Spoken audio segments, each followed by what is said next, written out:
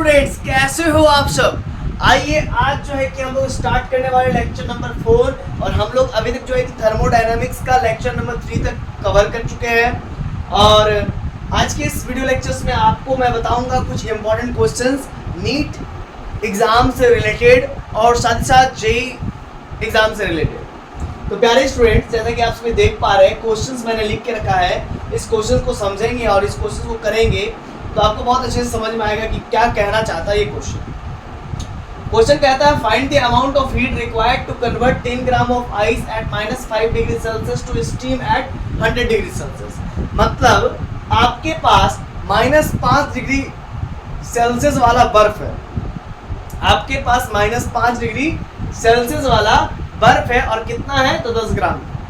और इस 10 gram ice जो कि -5 डिग्री सेल्सियस में है, इसको कन्वर्ट करना है स्टीम में, मतलब वेपर में, और एट 100 डिग्री सेल्सियस। अब उस वेपर का जो टेम्परेचर है वो 100 डिग्री सेल्सियस होना चाहिए। ये आपसे पूछा जा रहा है। तो बोलता है कि कितना मात्रा में अमाउंट ऑफ हीट लगेगा। अब जाहिर सी बात है, आइस है, आपके पास बर्फ है, तो उसको आप गर्म करेंगे तभी तो वो वेपर में चेंज होगा ना। तो आपको तो हीट तो नीचे से देना ही पड़ेगा, तो कितना देना पड़ेगा, यही चीज आपसे पूछा है। तो देखिए, अगर बर्फ है तो वो डायरेक्ट तो वेपर में कन्वर्ट नहीं हो सकता है ना। बर्फ सॉलिड में है तो डायरेक्ट तो वेपर में कन्वर्ट नहीं हो सकता है। बर्फ तो सब्लिमेशन नहीं करता है, नैप्थलीन तो है नहीं, कैम्फर तो है नहीं। इसका मतलब बर्फ को पहले पानी में कन्वर्ट करना पड़ेगा और फिर पानी को फिर स्टीम में कन्वर्ट करना पड़ेगा। तो यहाँ पर चरण चलेंगे, स्टेप चलेंगे। तो आइए देखते हैं कैसे इसको बनाएंगे, जरा समझिएगा। 10 ग्राम आइस है एट -5 डिग्री सेल्सियस और उसी 10 ग्राम आइस को 0 डिग्री सेल्सियस में पहले कन्वर्ट करना पड़ेगा। एक बात समझिएगा, 0 डिग्री सेल्सियस में मेरा बर्फ भी मिलता है और पानी भी मिलता है, बर्फ भी मिलता है और पानी भी मिलता है, लेकिन यहाँ पर पहले तो टेम्परेचर चेंज करना पड़ेगा। 10 ग्राम आइस है -5 डिग्री सेल्सियस पे, तो 10 ग्राम आइस को, उसी आइस को हमको पहले 0 डिग्री सेल्सियस में कन्वर्ट करना पड़ेगा। और ये 0 डिग्री सेल्सियस में कन्वर्ट हो रहा है, यानी कि टेम्परेचर में डिफरेंस आ रहा है, टेम्परेचर चेंज हो रहा है, टेम्परेचर राइज हो रहा है। जब टेम्परेचर राइज होता है तो जो भी हीट रिक्वायर्ड होता है, Q1 हीट जो रिक्वायर्ड होता है, वो mc डेल्टा टी लगता है, क्योंकि यहाँ पर टेम्परेचर चेंज हो रहा है, इसीलिए mc डेल्टा टी लग रहा है। और अगर फेज चेंज होगा तो क्या लगेगा, mlf, क्या लगेगा, mlf, ठीक है ना। अगर देखिए अभी क्या, अभी तो हमने टेम्परेचर चेंज करेंगे, जहां जहां टेम्परेचर चेंज होगा वहां पर mc डेल्टा टी रहेगा, और जहां पर सॉलिड से लिक्विड में चेंज होगा वहां पर mlf रहेगा, और जहां पर लिक्विड से वेपर में चेंज होगा यानी कि गैस में चेंज होगा वहां पर ml भी रहेगा। ठीक है, याद रखिएगा चीज। मैं इससे पहले वाले लेक्चर में सब चीज बता चुका हूँ। तो भाई साहब, तो Q1 मतलब 10 ग्राम आइस जो कि -5 डिग्री सेल्सियस में है, उसको 10 ग्राम आइस 0 डिग्री सेल्सियस में लाने के लिए mc डेल्टा टी लगा रहे हैं। तो यहीं से हमको पता चलेगा कि कितना हीट की रिक्वायरमेंट होगी। तो m यानी कि मास 10 ग्राम लग रहा है, और c यानी कि यहाँ पर क्या लग जाएगा, 1/2। c का वैल्यू यहाँ पर हो जाएगा 1/2।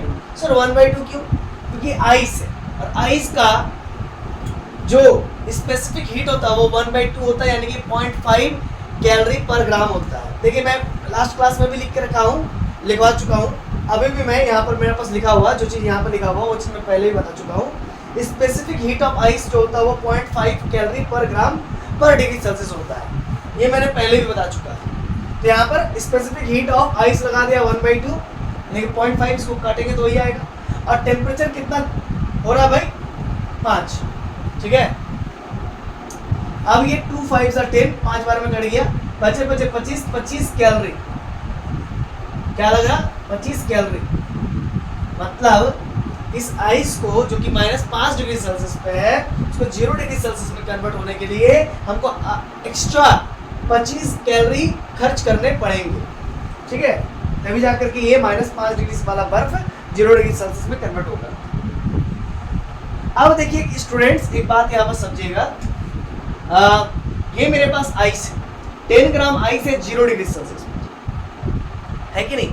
अब इस आइस को हम किस में कन्वर्ट करेंगे, पहले बर्फ में, सॉरी, ये आइस जो कि बर्फ है, इस बर्फ को हम किस में कन्वर्ट करेंगे, लिक्विड में, यानी कि वाटर में। तो 0 डिग्री सेल्सियस से हम 0 डिग्री सेल्सियस वाटर में कन्वर्ट करेंगे, क्योंकि 0 डिग्री सेल्सियस एक ऐसा टेम्परेचर होता है जहाँ पर जो बर्फ भी मिलता है और पानी भी मिलता है। तो 10 ग्राम आइस को, सबसे पहले 10 ग्राम आइस -5 डिग्री सेल्सियस में था, उसे 0 डिग्री सेल्सियस में कन्वर्ट करने के लिए 25 कैलोरी बर्न कर दी। इसके बाद 0 डिग्री सेल्सियस वाले बर्फ को फिर हमको कन्वर्ट करना पड़ेगा 0 डिग्री सेल्सियस वाले वाटर में। तो 10 gram ice eight 0 degree Celsius ये कन्वर्ट करना है 10 gram water at 0 degree Celsius में। मतलब यहाँ पर बर्फ से वाटर में फेज चेंज हो रहा है, मतलब बर्फ था और अब वाटर में चेंज हो रहा है, यानी कि फेज चेंज हो रहा है। तो Q2 बराबर MLF होगा, फेज चेंज हो रहा, तो इसीलिए क्या होगा, ये क्या हो जाएगा, लैटेंट हीट ऑफ फ्यूजन, है ना, MLF। तो पानी का जो लैटेंट हीट ऑफ फ्यूजन होता है वो क्या होता है, लैटेंट हीट ऑफ फ्यूजन। ये कब लगता है, लैटेंट हीट ऑफ फ्यूजन कब लगता है, जब सॉलिड से लिक्विड में कन्वर्ट होता है। याद रखिएगा, ये तभी लगता है जब, देखिए LF कब लगता है, LF latent heat of fusion कब होता है, जब सॉलिड से लिक्विड में कन्वर्ट हो रहा है, कोई भी सबस्टेंस सॉलिड से लिक्विड में कन्वर्ट हो रहा है, तब LF लगता है लैटेंट हीट ऑफ फ्यूजन। अब M की मान कितनी है, तो 10 ग्राम है भाई बर्फ, है ना, अभी आइस। और लैटेंट हीट ऑफ फ्यूजन क्या होती है, देखिए ये सब चीज आपको याद रखना पड़ेगा। लैटेंट हीट ऑफ फ्यूजन कितनी होती है आइस की, देखिए आइस का लेंगे ना, आइस से ना चेंज हो रहा है, तो 80 कैलोरी होती है। कितनी होती है, 80।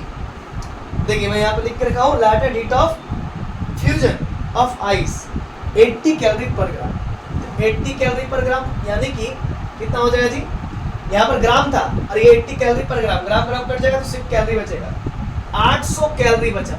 800 कैलोरी लगेगा खर्च होगा पानी से, जो बर्फीली पानी है, या फिर आप कह सकते हैं बर्फ जो है 10 ग्राम जो बर्फ है उसको फिर वाटर में कन्वर्ट करने के लिए, ये अभी बर्फीली ही पानी रहेगी, 0 डिग्री सेल्सियस पर बर्फीली पानी ही रहेगी। तो ये जो होगा, इसको कन्वर्ट करने के लिए, इतना कन्वर्ट करने के लिए 800 कैलोरी बर्न करना पड़ेगा। अब ये देखिए 10 gram water at 0 degree Celsius पर है, अब इसी 10 ग्राम वाटर को हम 100 डिग्री सेल्सियस में कन्वर्ट करेंगे, तभी तो स्टीम में कन्वर्ट कर पाएंगे ना। तो 10 ग्राम वाटर को 0 डिग्री सेल्सियस पे अभी वाटर है और अभी फिर से ये वाटर आ गया, तो फेज चेंज नहीं हो रहा है, अभी टेम्परेचर चेंज हो रहा है। जब टेम्परेचर चेंज होता है तो MC डेल्टा T लगाते हैं, ठीक है। अब देखिए मात्रा कितना है भाई पानी का, 10 ग्राम। अब ये जो लगेगा यहाँ पर, जो C का मान होगा वो क्या होगा जानते हैं, यहाँ पर C का मान होगा 1। क्यों, क्योंकि यहाँ पर वाटर से वाटर में वाटर का लगेगा ना, स्पेसिफिक हीट लगेगा water. Specific heat of water क्या होता है, ऐसे अगर केजी में बोले तो 4200 यानी कि 4200 जूल पर केजी पर डिग्री सेल्सियस। लेकिन अगर हम CGS में बोलने जाए तो क्या होगा, 1 कैलोरी पर ग्राम पर डिग्री सेल्सियस। तो यहाँ पर 1 कैलोरी लग जाएगा पर डिग्री, हाँ, पर ग्राम पर डिग्री सेल्सियस। तो फिर ये ग्राम से ग्राम तो कैंसिल हो जाएगा और ये सेल्सियस से सेल्सियस बच जाएगा। तो टेम्परेचर कितना है जी, टेम्परेचर कितना, 0 डिग्री से 100 डिग्री सेल्सियस में कन्वर्ट कर रहे हैं, तो यानी कि क्या हो जाएगा बताइए, तो क्या लेंगे यहाँ पर 100 लेंगे, 100 0 डिग्री से 100 डिग्री सेल्सियस।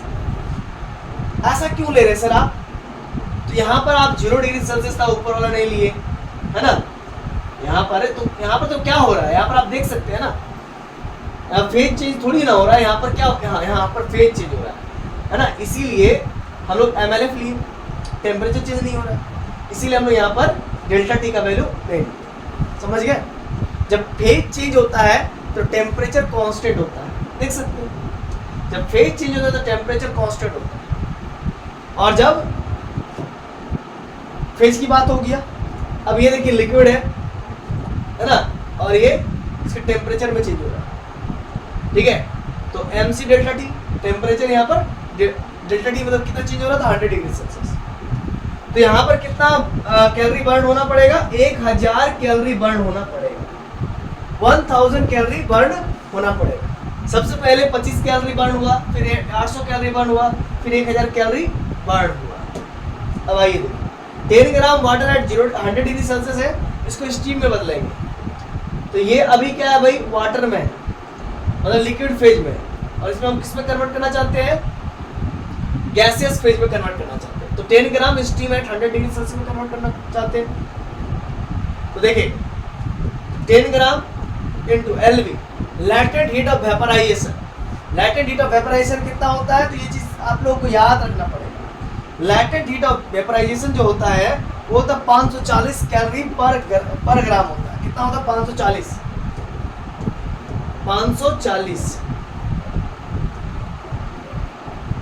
ये हो जाएगा 5400 कैलोरी। समझ गए? सबसे पहले 25 कैलोरी खर्चा हुआ, फिर 800 कैलोरी खर्चा हुआ। तो नीचे देखेंगे तो फिर आइए आपको पूरा दम एक वन शॉट बताने की कोशिश करेंगे। सबसे पहले 10 gram ice at -5 degree Celsius था, उसको 10 gram ice eight 0 degree Celsius convert करने में 25 कैलोरी का खर्चा हो गया। फिर 10 gram ice eight 0 degree Celsius को फिर मेरा 10 gram water at 0 degree Celsius में कन्वर्ट करने के लिए 800 कैलोरी खर्चा हो गया। फिर 10 gram water at 0 degree Celsius को फिर 10 gram water at 100 degree Celsius खर्चा, मतलब कि यहाँ पर जो है कि आप देख सकते हैं फेज चेंज हुआ, आइस से वाटर और वाटर से वाटर ही है, लेकिन सिर्फ और सिर्फ क्या कन्वर्ट हो रहा है, टेम्परेचर चेंज हो रहा है। इस वजह से 1000 कैलोरी यहाँ पर बर्न हो रहा है। तो आप देख सकते हैं जहाँ जहाँ टेम्परेचर चेंज हुआ, यहाँ पर टेम्परेचर चेंज हुआ 1000 कैलोरी खर्चा हुआ, यहाँ पर भी टेम्परेचर चेंज हुआ, यहाँ पर 25 कैलोरी खर्चा हुआ, यहाँ पर फेज चेंज हो गया तो 800 कैलोरी खर्चा हो गया। फिर आप देख सकते हैं 10 gram water at 100 degree Celsius है, तो इसी 10 gram water at 100 degree Celsius को वेपर में कन्वर्ट करेंगे 10 gram steam at 100 degree Celsius. तो मास था और लेटेंट हीट ऑफ वेपराइजेशन 540 था, तो ये आपका हो गया 5400 कैलोरी खर्चा हो गया। तो कुल मिलाकर के इन सभी को जोड़ देंगे तो पता चल जाएगा कि कितना कैलोरी खर्चा हुआ है। हमको पूछा था कि कितना अमाउंट हीट का रिक्वायर्ड है, तो आइए यहाँ पर Q टोटल हीट कितना हुआ मेरा, कितना लगा जी, 25 कैलोरी प्लस 800 कैलोरी प्लस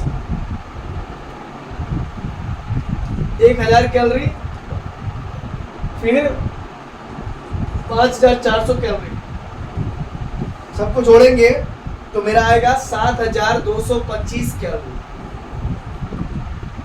तो इतना मेरा खर्चा हो जाएगा, 7225 कैलोरी का मेरा खर्चा हो जाएगा। ठीक है, आइए इस पूरे चीजों को हम ग्राफ की मदद से समझने की कोशिश करेंगे। आइए नेक्स्ट पे, तो आंसर मिल गया होगा आपको। अब आइए इन पूरे चीजों को हम एक ग्राफ से समझने की कोशिश करेंगे।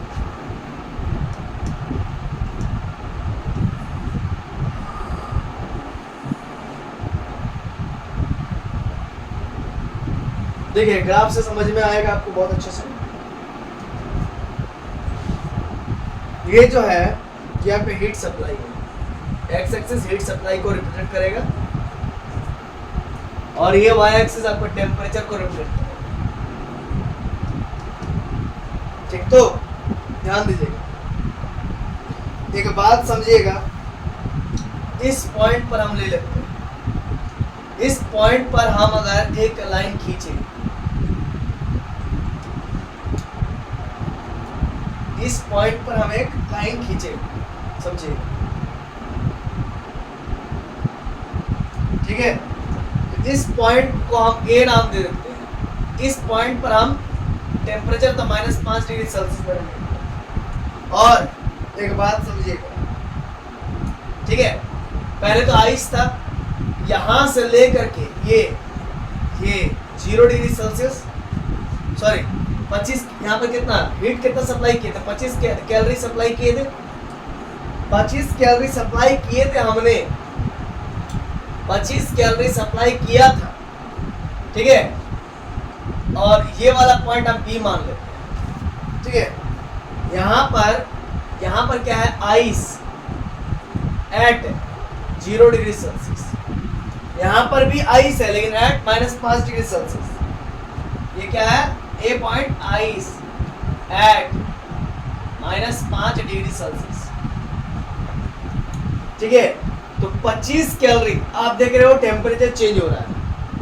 ठीक है, आइस है अभी -5 डिग्री सेल्सियस पर, आइस है 0 डिग्री सेल्सियस पर, लेकिन टेम्परेचर चेंज हो रहा है। तो तो ये आप देख सकते हो, ये टेम्परेचर बढ़ गया, ठीक है। फिर देखिए कुछ देरी के बाद अगर हम लोग देखने गए तो हम लोग को क्या मिला, हम लोग को मिला ये कि मेरा अब बर्फ से पानी में बदल चुका है, ये सी पॉइंट पर बर्फ से पानी में बदल चुका है। ये सी पॉइंट क्या बता रहा है, बर्फ से पानी में बदल चुका है। लिख लीजिएगा, वाटर एट 0 डिग्री सेल्सियस। तो वाटर एट 0 डिग्री सेल्सियस में मतलब बर्फ जो था 0 डिग्री सेल्सियस पे था, इससे वाटर में कन्वर्ट होने में इसको 800 कैलोरी का खर्चा हो गया। 8 अब वाटर एट 0 डिग्री सेल्सियस कुछ देर के बाद हमने 1000 कैलोरी और बर्न किया, 1000 कैलोरी और बर्न किया। और जैसे ही बर्न किया तो मेरा क्या हो गया, वाटर वेपर में बदल गया। नहीं, 0 डिग्री सेल्सियस पे है तो हमने अभी क्या किया, टेम्परेचर बदला ना। तो टेम्परेचर बदलेंगे तो टेम्परेचर बदला, और टेम्परेचर पर ये डी पॉइंट हो गया, ये डी पॉइंट हो गया। और यहाँ पर वाटर किस में कन्वर्ट हो गया, वाटर एट 100 डिग्री सेल्सियस में। वाटर अब उबलने वाला है, उससे पहले वाला सिचुएशन 100 डिग्री सेल्सियस। तो 100 डिग्री सेल्सियस से जैसे ही थोड़ा ऊपर कर देते हैं वो वेपर बन जाता है, ठीक है। तो इसके बाद फिर टेम्परेचर चेंज नहीं होगा। देखिए यहाँ 1000 डिग्री सेल्सियस है यहाँ पर, अब फिर हमने फेज चेंज नहीं होगा, है टेम्परेचर चेंज होगा। 5400 कैलोरी खर्चा किया, है ना, 5400 कैलोरी खर्चा किया। अब जाकर के मेरा जो पानी है जो 100 डिग्री सेल्सियस वाला, वो किस में कन्वर्ट हो गया, स्टीम में। ई पॉइंट पर किस में कन्वर्ट हो गया, steam at 100 degree Celsius, steam में कन्वर्ट हो गया। इसके बाद तो आप टेम्परेचर बढ़ाते जाओ और ये वेपर में कन्वर्ट होते जाएगा, टेम्परेचर बढ़ते जाएगा, ठीक है। इसके बाद फिर ये क्या होगा, टेम्परेचर बढ़ते जाएगा ऊपर की ओर, ऐसा सीधा तो हीट सप्लाई जैसे से करोगे वैसे टेम्परेचर बढ़ते जाएगा। तो ये हुआ ग्राफ, ठीक है, हीट एंड टेम्परेचर का। देखिए भाई 25 डिग्री सेल्सियस आप देख रहे हो, ए पॉइंट -5 डिग्री सेल्सियस है, जो कि आइस एट -5 डिग्री सेल्सियस बता रहा है। जैसे ही हमने उसमें हीट दिया 25 डिग्री सेल्सियस का, तो वो आइस एट 0 डिग्री सेल्सियस बन गया, थोड़ा टेम्परेचर चेंज हुआ। फिर 800 डिग्री सेल्सियस मैंने हीट सप्लाई किया, तो मेरा आप देख सकते हो कि फेज में कोई परिवर्तन नहीं आया, नहीं फेज में परिवर्तन आया लेकिन टेम्परेचर में कोई परिवर्तन नहीं आया। जब फेज चेंज करते हैं तो टेम्परेचर कांस्टेंट रहता है, आप देख सकते हो 0 डिग्री सेल्सियस है, यहाँ पर भी 0 डिग्री सेल्सियस है। फिर 1000 डिग्री सेल्सियस मैंने दिया, ठीक है। तो आइस जो है कि 0 डिग्री सेल्सियस, वाटर जो है कि 0 डिग्री सेल्सियस पे, टेम्परेचर चेंज हो जाएगा क्योंकि मैंने 1000 डिग्री सेल्सियस टेम्परेचर दिया। तो वाटर 0 डिग्री सेल्सियस से मेरा वाटर है 30 डिग्री सेल्सियस में हो गया, लेकिन फेज चेंज नहीं हुआ। जब फेज चेंज होता है तो वहाँ पर टेम्परेचर कांस्टेंट होता है। अब 5400 मैंने कैलोरी हीट सप्लाई किया, तो 100 डिग्री सेल्सियस वाटर जो है वो स्टीम में कन्वर्ट हुआ, 100 डिग्री सेल्सियस स्टीम में कन्वर्ट। तो देख सकते हो टेम्परेचर में कोई परिवर्तन नहीं आया, ठीक है। 100 है तो 100 डिग्री सेल्सियस, लेकिन फेज में चेंज हुआ, वाटर था स्टीम में कन्वर्ट हुआ। आई होप आपको बातें समझ में आ गई होगी, और इससे पहले वाला क्वेश्चन जो था इसी से रिलेटेड ये भी समझ में आ गया होगा, ठीक है। चलिए अब आप इसको स्क्रीनशॉट ले सकते हैं, फटाक से स्क्रीनशॉट ले लीजिए। टोटल मेरा हीट जो है कि 7225 कैलोरी लगा, और ये ग्राफ था। आई होप आपको बातें समझ में आ गई होगी। तो इसका भी एक छोटा सा फोटो ले ही लीजिए, स्क्रीनशॉट ले ही लीजिए, फिर आगे बढ़ेंगे। तो यहाँ पर एक मिनट आगे बढ़ने से पहले कुछ और भी पॉइंट लिखवा देता हूँ। ये जो आपका ए बी है एंड सी डी है, ए बी सी डी किसको रिप्रेजेंट कर रहा है, टेम्परेचर चेंज को रिप्रेजेंट कर रहा है। फिर हम देखें B C and D E, वो किसको रिप्रेजेंट कर रहा है? फेज चेंज को। फेज चेंज देख सकते हो बाबू, ए बी और सी डी टेम्परेचर चेंज को रिप्रेजेंट कर रहा है, बी सी ये वाला और ये डी ई ये फेज को रिप्रेजेंट, फेज चेंज को रिप्रेजेंट कर रहा है। उतार लीजिए जल्दी से, स्क्रीनशॉट लीजिए। चलिए तो स्टूडेंट्स आगे बढ़ते हैं। देखिए नया क्वेश्चंस मैं लेकर के आया हूँ, ठीक है, आइए। तो कुछ इंपॉर्टेंट आर्टिकल्स लिखिए पहले, सम इंपॉर्टेंट आर्टिकल्स। देखिए स्टूडेंट्स, पहला पॉइंट जो हम आपको करवाने जा रहे हैं वो है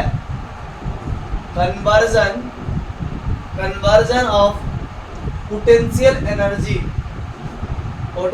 एनर्जी इनटू हीट एनर्जी। अभी तक आपने पढ़ा होगा पोटेंशियल एनर्जी को हम लोग काइनेटिक एनर्जी में चेंज कर सकते हैं। हाँ बात तो सही है, और हीट एनर्जी भी एक प्रकार काइनेटिक एनर्जी ही है। तो कन्वर्जन करेंगे पोटेंशियल एनर्जी को हीट एनर्जी, ठीक है। तो आइए वो क्वेश्चन देख लेते तो समझ में आ जाएगा। जैसे आपके हाथ में क्या है? पोटेंशियल एनर्जी है। किसी के गाल पे जड़िएगा तो क्या होगा? उसका गाल गर्म हो जाएगा, हीट एनर्जी में कन्वर्ट हो जाएगा। समझ रहे ना? वही सब चीज है यहाँ पर करके। क्वेश्चन लिखिएगा कुछ इस प्रकार से, वाटर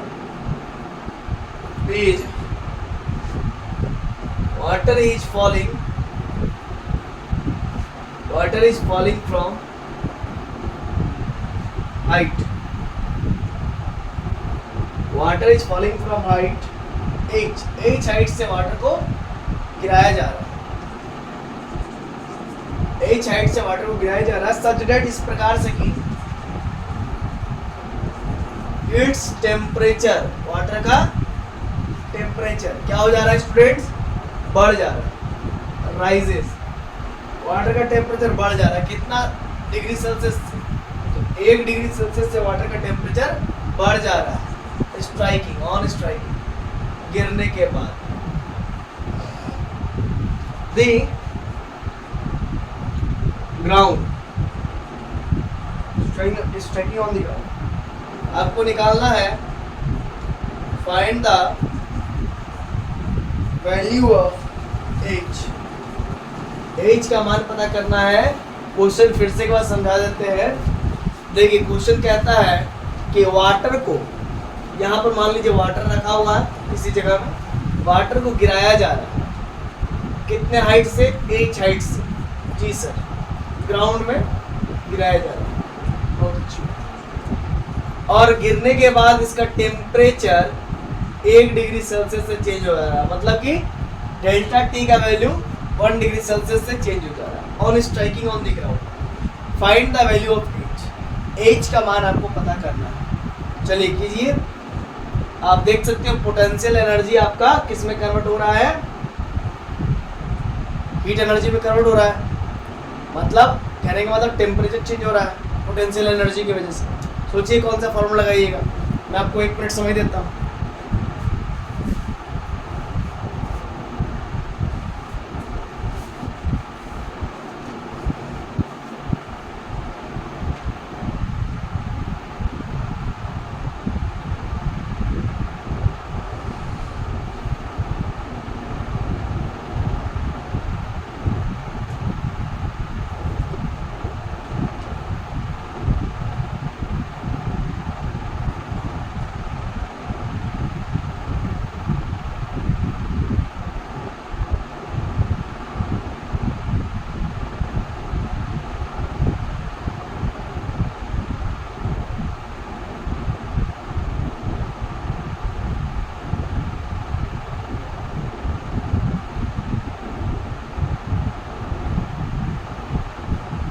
चलिए आई होप आप लोग अब तक कर लिए होंगे, और नहीं करे होंगे तो यहाँ पर जरा ध्यान दीजिए। देखिए इसको पहले इरेज कर देता हूँ। यहाँ पर समझिएगा, सॉल्यूशन में बता रहा हूँ। मेरा वाटर को गिराया जा रहा है h हाइट से, सच that its temperature rises. Temperature जब भी बढ़ती है तो हम लोग क्या करते हैं, mc डेल्टा टी लगाते हैं, ठीक। और ये आपका c बराबर हो जा रहा है, ये आपका क्या हो जा रहा है, mc डेल्टा q बराबर चेंज इन हीट, मतलब हीट है ना, हीट में कितना परिवर्तन आ रहा है वो mc डेल्टा टी बताता है। तो water is falling from a height h height से फॉल करवाया जा रहा है, such that its temperature rises, इसका टेम्परेचर बढ़ रही है 1 डिग्री सेल्सियस से on striking on the ground, ठीक। Find the value of h, यानी कि मेरा वाटर में कुछ ना कुछ पोटेंशियल एनर्जी होगा। अब ये भी Q भी एनर्जी को बताता है, हीट एनर्जी को, और पोटेंशियल एनर्जी PE है ना, इसका वैल्यू होता है mgh। तो ये दोनों बराबर होने चाहिए ना, क्योंकि यही पोटेंशियल एनर्जी मेरा mc डेल्टा टी में कन्वर्ट हो रहा है आफ्टर स्ट्राइकिंग, इसीलिए यहाँ पर mgh के बराबर हमने लिख दिया वैल्यू। m से m मर गया, g का वैल्यू जो होता है gravity acceleration due to gravity 10 होता है, 9.8 होता है, लेकिन सहूलियत के लिए 10 ले लीजिए। h हमारा अननोन है, उसी को निकालना है। और स्पेसिफिक हीट ऑफ वाटर कितना होता है, 4200 जूल पर केजी पर डिग्री सेल्सियस। मैंने लिखवा रखा है ऑलरेडी। क्या होता है सर, 4200 जूल पर केजी पर डिग्री सेल्सियस। इसको 1 कैलोरी पर ग्राम पर डिग्री सेल्सियस भी कह सकते हैं, ठीक है। तो यहाँ पर हम लोग लगा दिए, सी का वैल्यू पुट कर दिए। Change in temperature 1 degree Celsius से चेंज हो रहा है। एच का मान हो गया 4200/10, 00 मर गया, 420 मीटर में आ गया, ठीक है। अब इसको आप किलोमीटर में चेंज करना चाहते हैं, 1000 से भाग दे दीजिए, 00 मरा तो नीचे 2 को 0 है, ऊपर 42 है, तो 2 डिजिट को हटा करके शून्य लगा, पॉइंट लगा दीजिए, तो 0.42 किलोमीटर, मतलब 42 मीटर का ये नहीं 42/100 मीटर का ये, या 0.42 किलोमीटर का ये, मतलब ये जहाँ से गिर रहा होगा वहाँ का हाइट, जहाँ से पहिया गिर रहा होगा वहाँ का जो हाइट होगा वो 0.42 किलोमीटर होगा, या फिर 42/100 मीटर होगा। चलिए उतार लीजिए इसको, स्क्रीनशॉट लीजिए।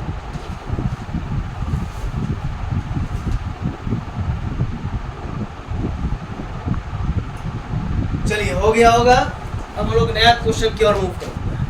देखिए क्वेश्चन है,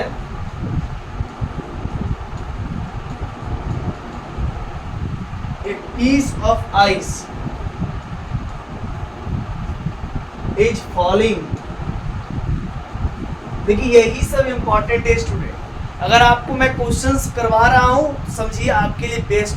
अगर आपको क्वेश्चंस ही नहीं करवाऊंगा, सिर्फ थ्योरी, मजा नहीं आएगा। आपका जेई और नीट ऐसे ही हो जाएगा, फिर फालतू हो जाएगा। A piece of ice is falling from some height, h, such that 1/3 of it, 1/3 of it get melted by absorbing 3/4 of the energy during its fall, full stop. Find the value of h। वही formula लगेगा जो अभी बताया मैंने। Potential energy को आप convert कीजिए, potential energy आपका mc डेल्टा टी में कन्वर्ट हो रहा है, वही फॉर्मूला लगना है। ये थोड़ा सा ट्रिकी कर दिया है, यहाँ पर मैथ्स घुसा दिया है कि 3/4 1/3 करके। बस मैं क्वेश्चन को डिक्टेट कर देता हूँ ए पीस ऑफ आइस, लीजिए भाई को टुकड़ा ले लीजिए, बर्फीला टुकड़ा ले लीजिए, तारा रा, हाँ ले लिया। इसको फॉलिंग करवाना from some height h height से फॉलिंग करवाना है, ठीक। गिरा दो भाई, है ना, गिरा दो, प्रेशर लगा दो। h हाइट से गिराना such that 1/3 of its gets melted. अगर गिरा दोगे तो ये बर्फ है ना, बर्फ का 1/3 भाग पिघल जाएगा। Bye absorbing 3/4 of the energy during its fall. गिरने के दौरान जो ये 3/4 एनर्जी को अब्जॉर्ब करेगा वायुमंडल से या फिर एटमॉस्फेयर से, उसके वजह से ये 1/3 जो है बर्फ पिघल जाएगा। पता करना है, find the value of H का वैल्यू निकालना है। 1 मिनट समय देंगे, बनाओ।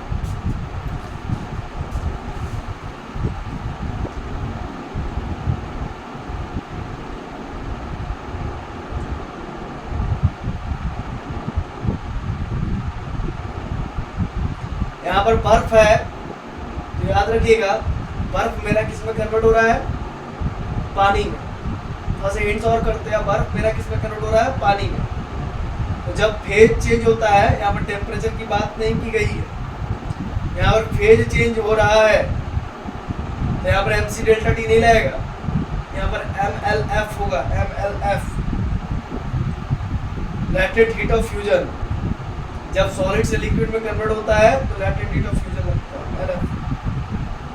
चलो अब बनाओ।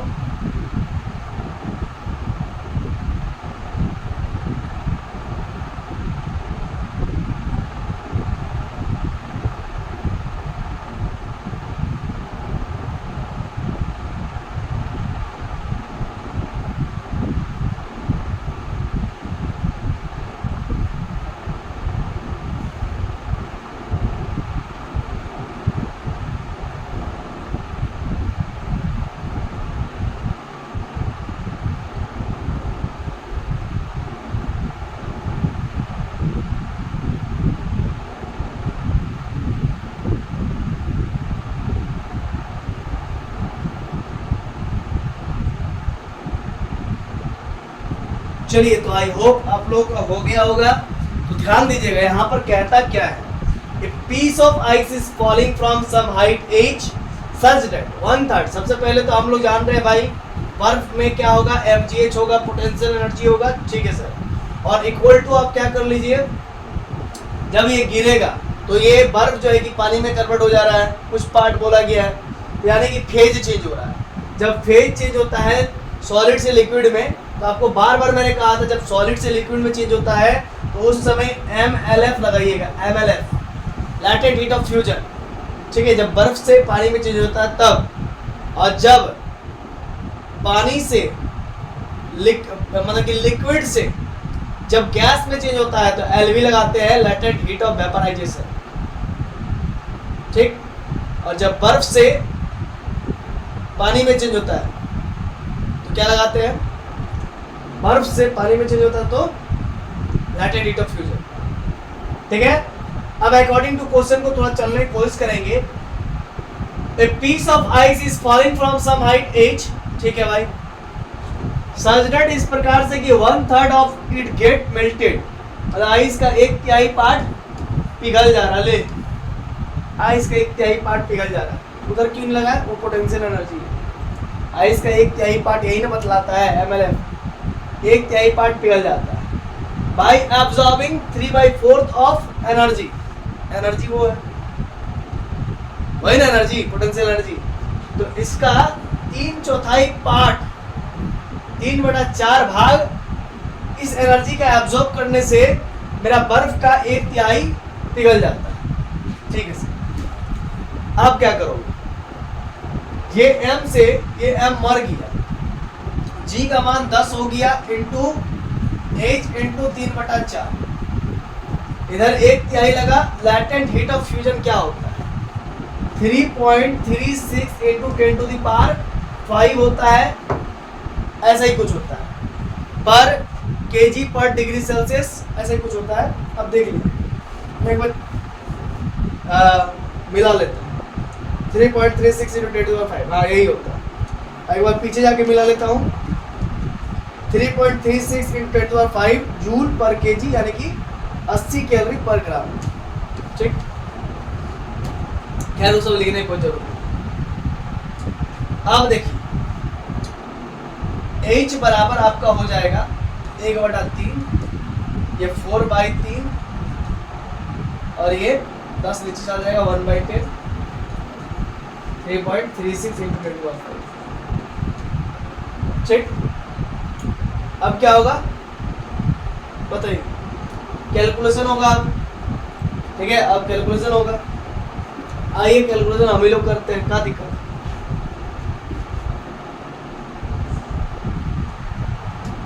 देखिए होगा ऐसा कि 4 गुने 3 गुने 3 गुने, इसको 2 पंजे 10 लिखिए, 3.36 गुने 10 के पावर 5, समझिए। 3 1 जा 3, 3 1 जा 3, 3 2 3 1 जा 3, 3 2 जा 6, 2 2 जा 4, बचा 2, 1.12 इंटू 10⁵, नीचे आपका 3 गुने 5। ठीक है, अब क्या होगा देखिए, 2.24 10 के पावर 5 को 10 के पावर 4 इंटू 10 के पावर 1। ठीक है, और ये 3 गुने 5, 5 2 जा 10। ठीक, ये हो गया 2.24 इंटू 2 इंटू 10⁴ पाई का 3 हो गया। सिंपल, इतना क्लियर है। अब आप इसको सॉल्व वगैरह कर लेना, ठीक है ना। मैं डायरेक्ट आंसर लिखता हूँ, अभी करने जाऊंगा तो बहुत समय लग जाएगा, तो आप कर लेना भाई। ठीक है, एज का जो मान आएगा वो आएगा 15 गुने 10 के पावर 3, कुछ ऐसा ही आएगा, मीटर में आएगा। फिर इसको किलोमीटर में अगर आप चेंज करना चाहोगे, ठीक है, तो रफली इक्वल्स टू क्या आएगा, 15 किलोमीटर आएगा। मतलब 15 किलोमीटर हाइट से गिराया गया होगा पानी को, ये पानी नहीं बर्फ। ठीक है, इतना हो गया होगा। चलो इसको उतार लीजिए।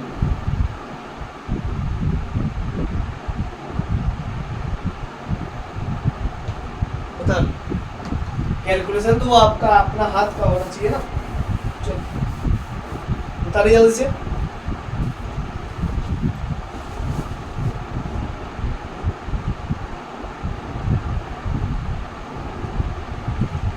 एक अच्छा क्वेश्चन इसके बाद देंगे, बहुत ही अच्छा।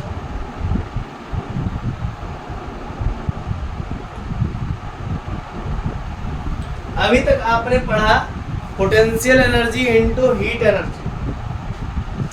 अब आगे पढ़ेंगे kinetic energy.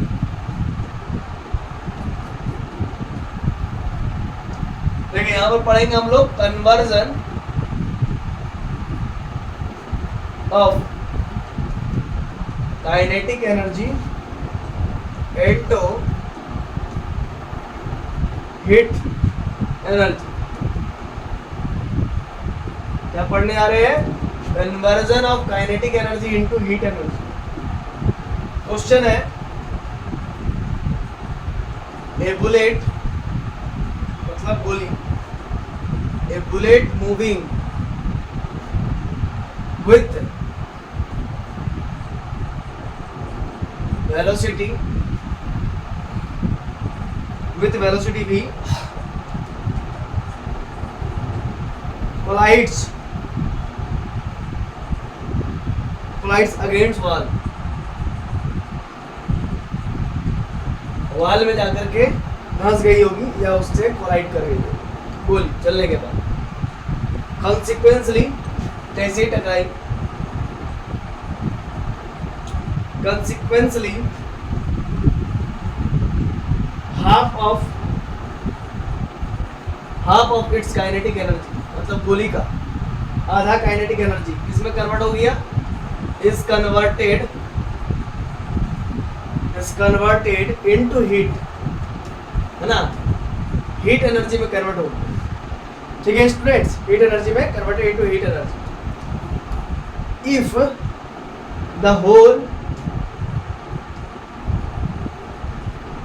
Whole heat is acquired by the bullet,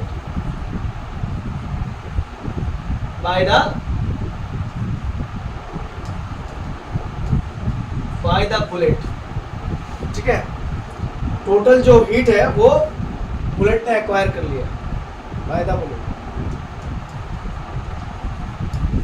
find the rise in temperature, find the rise in temperature of bullet, find the rise in temperature of bullet, और दे दिया है specific heat of bullet,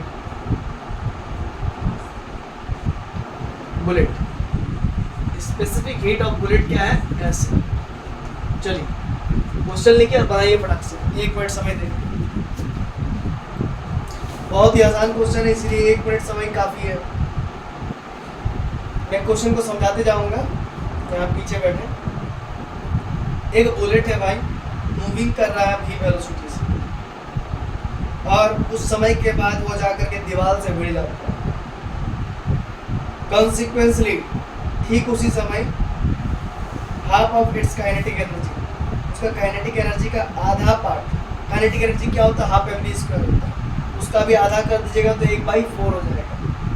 ठीक है, consequently half of its kinetic energy converted into heat energy, kinetic energy heat energy में convert हो जा रहा है, यानी कि यहाँ पर क्या हो रहा है, टेम्परेचर में चेंज होगा कहीं ना कहीं। तो हीट एनर्जी को हम लोग क्यू से रिप्रेजेंट करते हैं, मालूम ही है आप लोग, mc डेल्टा टी लगाएंगे, लगा दीजिएगा। मास ऑफ बुलेट दोनों में कट जाएगा। If the whole heat is acquired by the bullet, सारा हीट को बुलेट ने ही एक्वायर कर लिया है, मतलब उसी में है। Find the rise in temperature of bullet, तो पता कीजिए कि बुलेट का टेम्परेचर कितना बढ़ा, मतलब डेल्टा टी निकालने को। यदि specific heat of bullet S दिया हुआ तो निकालिए।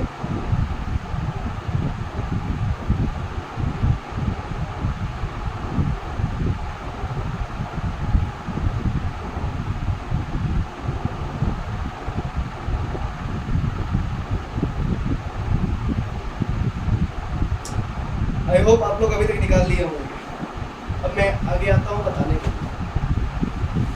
देखिएगा, बहुत ही शानदार क्वेश्चन है, बहुत ही उम्दा, एक एक्सट्रीम लेवल का अच्छा क्वेश्चन है। तो देखिएगा सॉल्यूशन, मेरा बोलता है कि बुलेट है, मूव कर रहा वेलोसिटी v से। आइए बुलेट बनाते हैं।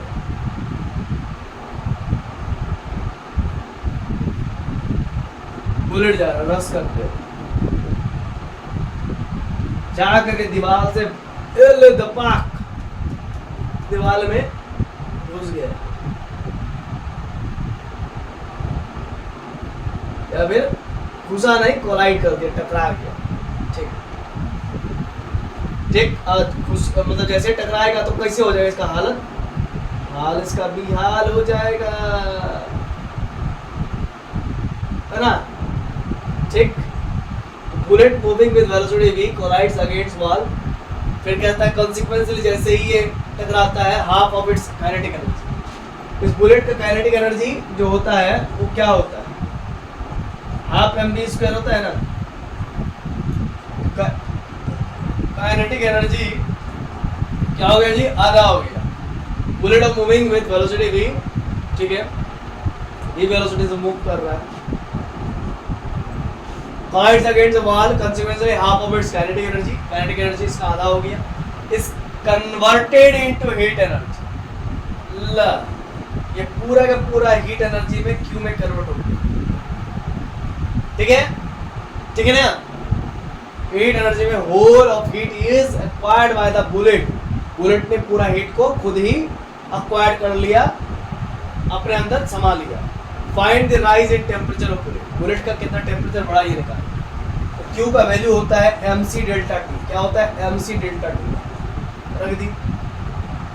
आप काइनेटिक एनर्जी होता है हाफ mv स्क्वायर, क्या होता है हाफ mv स्क्वायर, नीचे में 2 है, उधर mc डेल्टा टी है,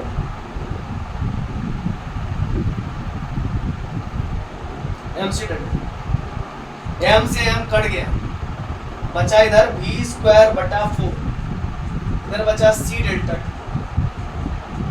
और स्पेसिफिक हीट ऑफ बुलेट कितना दिया हुआ s, और c क्या बताता है स्पेसिफिक हीट को ही बतलाता है, s लग देंगे और delta T.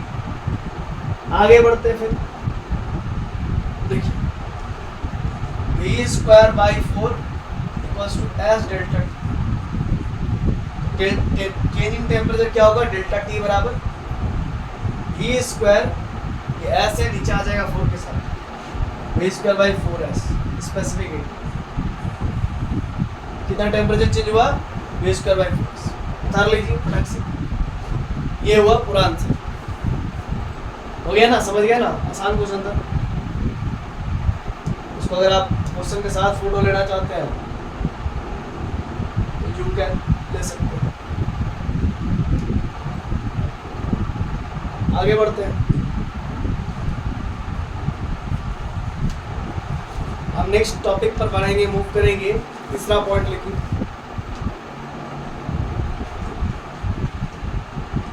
Conversion of electrical energy into heat energy.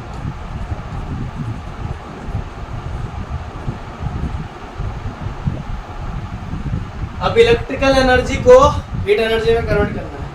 Electrical energy में आपको बता दूं क्या होता है, P इंटू टी, ठीक है, इलेक्ट्रिकल एनर्जी होता है, लिख लीजिए बाबा, नहीं तो आप लोग भूल जाइएगा। इलेक्ट्रिकल एनर्जी ये होता है पावर और ये होता है टाइम, पावर और वाट से रिप्रेजेंट करते हैं उसका सेकंड, ठीक है ना, टाइम तो बाई सेकंड होता है, सब लिख लीजिए, तभी क्वेश्चन बनेगी, नहीं तो नहीं बनेगी। अब इलेक्ट्रिकल एनर्जी को हीट एनर्जी में कन्वर्ट करते हैं। 20 litre of water, 20 litre of water at temperature 10 degree Celsius is being heated with the help of an immersion rod of 1200 watt.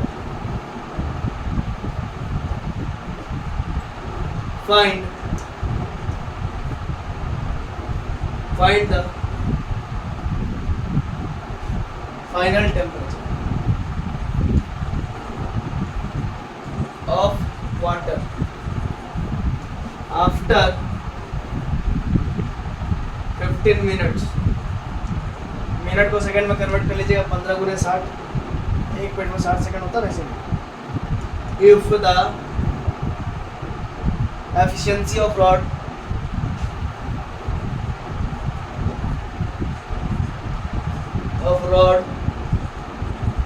is 75%।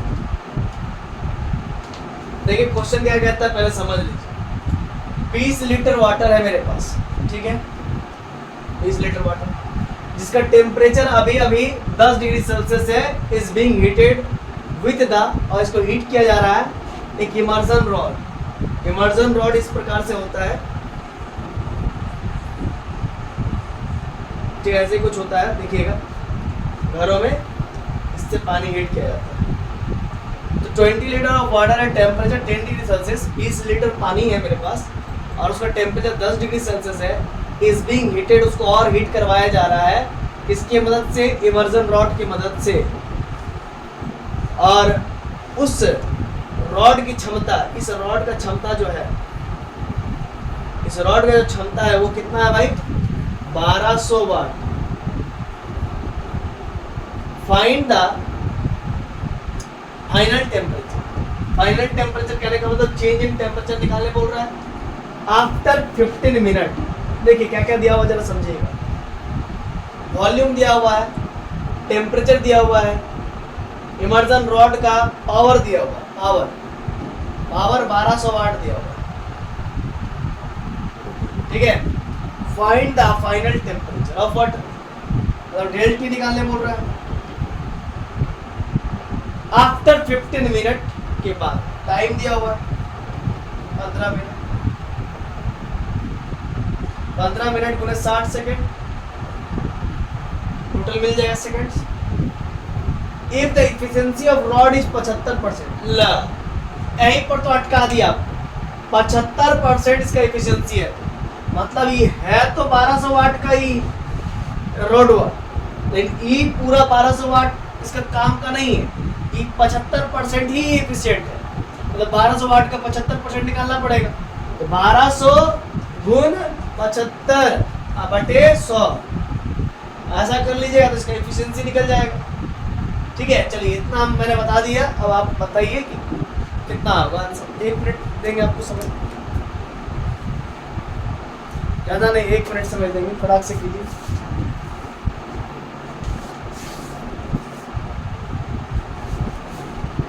आसान क्वेश्चन है,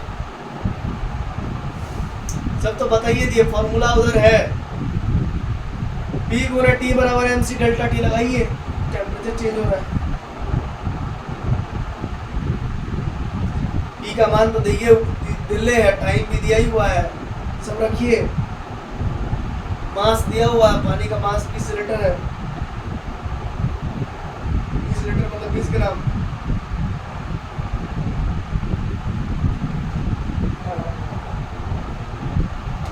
20 लीटर बराबर 20 ग्राम नहीं होगा, 1 लीटर में आपका 1000 ग्राम होता है ना। खैर उससे कोई मैटर नहीं करता, 20 रखिए ना, कोई मैटर नहीं। 20 लीटर तो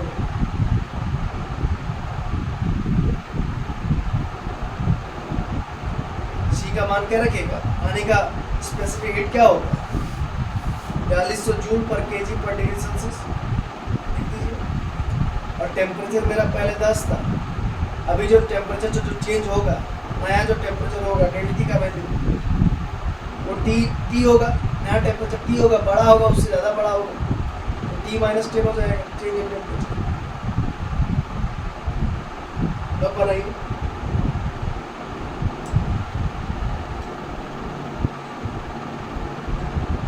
बना,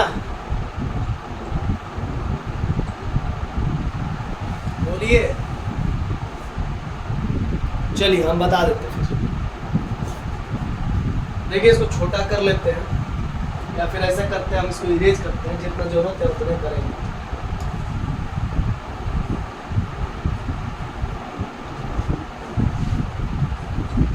ठीक, देखिए 20 लीटर वाटर है 10 degree Celsius is being heated with the help of immersion rod of 1200 watt. Find the temperature of water after 15 minute if the efficiency of rod is 75%।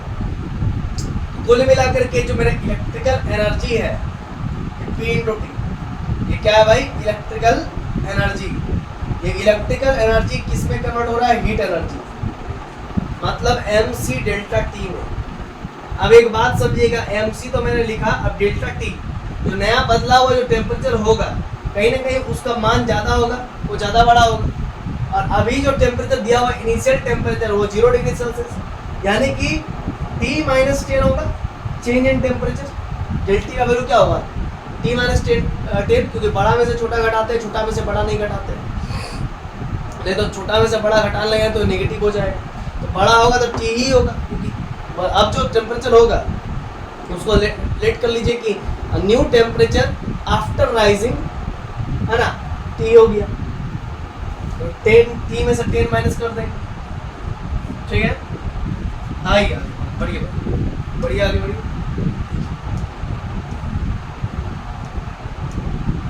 Power कितना दिया हुआ sir, 1200 वाट, 1200 वाट। और इसका कितना परसेंटेज काम हो रहा है, 75% एफिशिएंट, तो 75/100 हो जाएगा।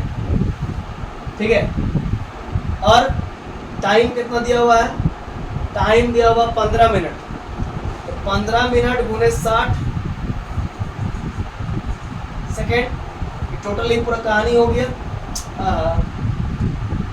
टोटली कहानी हो गया। इधर m का मान 20 लीटर दिया हुआ है, specific heat of water 4200 joule होता है, जूल पर केजी पर डिग्री सेल्सियस, और T-10 कीजिए। ठीक, अब आगे आप लोग बना लेंगे मुझे विश्वास है, लेकिन चलिए तो भी हम करवा ही देते हैं। 0 से 0 मर गिलो, तो 12 गुने 75 बच गिलो इंटू 15 गुने 60 इक्वल टू, इधर एक बार देख लेते हैं, कैलकुलेशन हम कर ले हैं।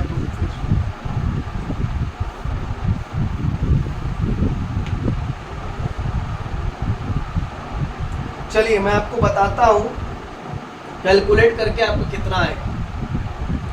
तो मोबाइलवा, अच्छा मोबाइलवा तो लगल है, ठीक।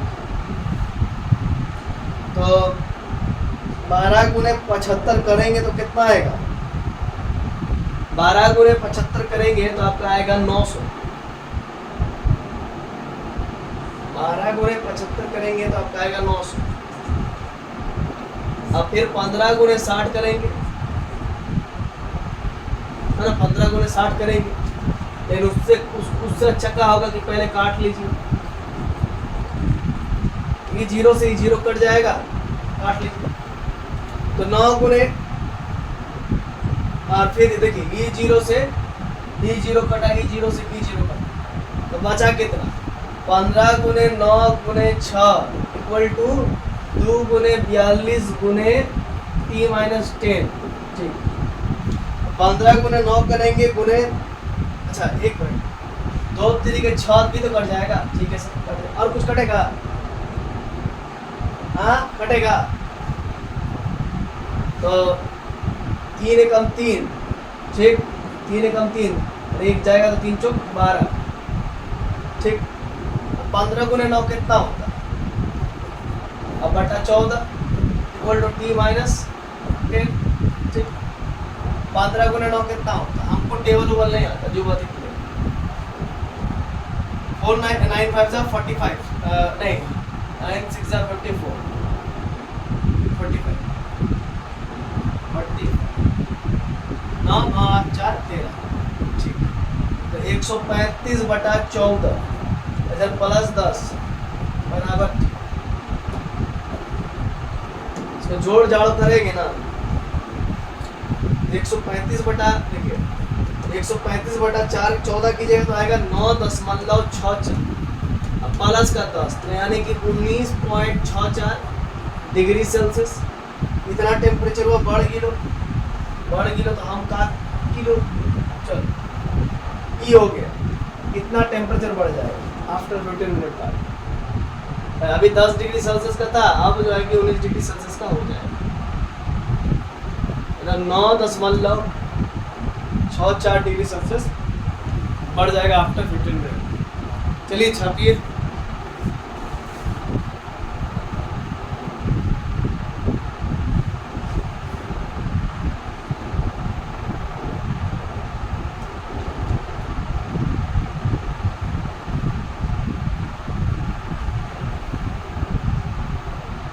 कुछ नोट मैं लिखवा रहा हूँ, उसको पहले लिख लीजिए, फिर हम लोग नया टॉपिक इसी में नोट वाला लिखवा देते हैं। देखिए भाई, फेज चेंज, जब भी कभी फेज चेंज होगा ना, मतलब वही बात है कि सॉलिड से लिक्विड में, है ना, सॉलिड से लिक्विड में, तो लगाएंगे MLF, और टेम्परेचर चेंज होगा, तो लगाएंगे MC डेल्टा 2, हो गया। इलेक्ट्रिकल एनर्जी क्या होता है, P into T, power into time. चलिए फिर आगे बढ़ते हैं, प्रिंसिपल ऑफ कैलोरीमेट्री पढ़ेंगे, calorimetry.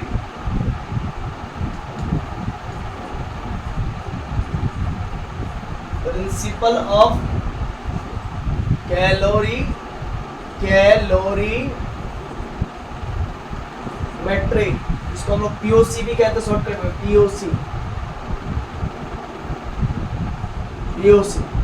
Principle of calorimetry. Calorimetry, ठीक है ना। आइए इस पे कुछ लिखते हैं फिर हम आपको इसको समझाएंगे। When two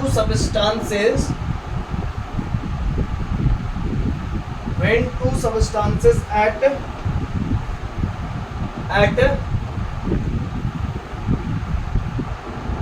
different temperature are brought, अगर कोई दो सब्सटेंस अलग अलग टेम्परेचर पर है तो इन कांटेक्ट, अगर कोई दो अलग अलग सब्सटेंसेस अलग अलग टेम्परेचर पर है और वो दोनों को एक दूसरे के सामने लाया गया है, दोनों को एक दूसरे से कांटेक्ट में लाया गया है, एक दूसरे कांटेक्ट में लाया गया है, तब क्या होगा? then the substance at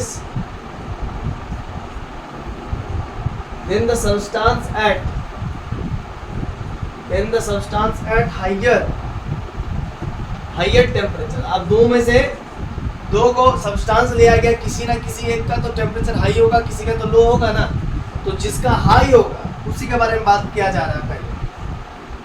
then the substance at higher temperature, जो हायर टेम्परेचर का होगा वो अपना एनर्जी को लूज करेगा, अपना हीट को लूज करेगा, है ना, अपना टेम्परेचर को लूज करेगा, will lose the heat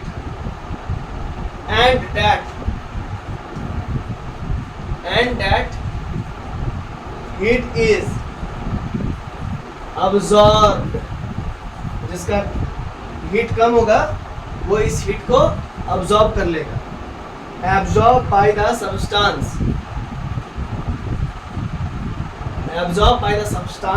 at lower temperature, और ये लोअर टेम्परेचर वाला सब्सटेंस क्या करेगा? इस चीज को एब्जॉर्ब कर लेगा। कब तक होगा ये काम? जब तक बॉडी दोनों इक्विलिब्रियम में नहीं हो जा रहा है, तब तक दोनों बॉडी का टेम्परेचर सेम ना हो जा रहा है, तब तक ये काम चलते रहेगा। Temperature till the both acquire the same temperature. देखिए स्टूडेंट्स, एक बात समझिए, when two substance at different temperature, दो सब्सटेंस जिसका टेम्परेचर अलग अलग है, are brought in contact, then दोनों को एक साथ लाया गया है, then the substance at higher temperature, जिस सब्सटेंस का टेम्परेचर हाइयर होगा वो अपना हीट को लूज करेगा, will lose the heat and that heat is absorbed by the substance at lower temperature, और जिसका टेम्परेचर लोअर है वो इस हीट को अब्सॉर्ब कर लेगा, till they both acquire the same temperature। ये तब तक चलता रहेगा जब तक दोनों एक दूसरे का इक्विलिब्रियम ना हो जाए। मान के चलिए मैंने सब्सटेंस ए लिया, सब्सटेंस बी लिया, इसका 100 डिग्री सेल्सियस है और इसका 50 डिग्री सेल्सियस है, समझिए। ये अपना हीट को लूज करके इसको दे देगा। कितना हीट देगा? देखिए, दोनों को मिलाएंगे तो 150 होगा, यानी कि 75 डिग्री सेल्सियस खुद अपने पास रखेगा और 25 डिग्री सेल्सियस इसको दे देगा। अगर इसको देखिए 75 डिग्री का हो जाएगा, फिर है ना, 75 डिग्री का हो जाएगा, और ये 25 दे देगा तो ये भी 75 डिग्री का हो जाएगा। तो ये अपना हीट तब तक लूज करेगा जब तक कि दोनों का आपस में सेम टेम्परेचर ना हो जाए। तो इसी को कहते हैं प्रिंसिपल ऑफ कैलोरीमेट्री। क्या कहते हैं? कैलोरीमेट्री, ठीक ना। ये है पूरा फंडा, समझ गए। अब फिर यहाँ पर आगे बढ़ेंगे, है ना। चलिए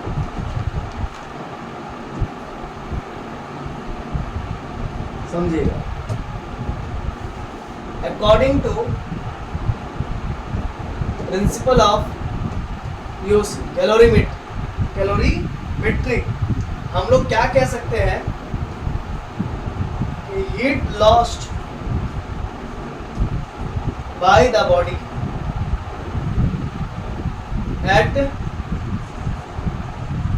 एट हायर टेम्परेचर।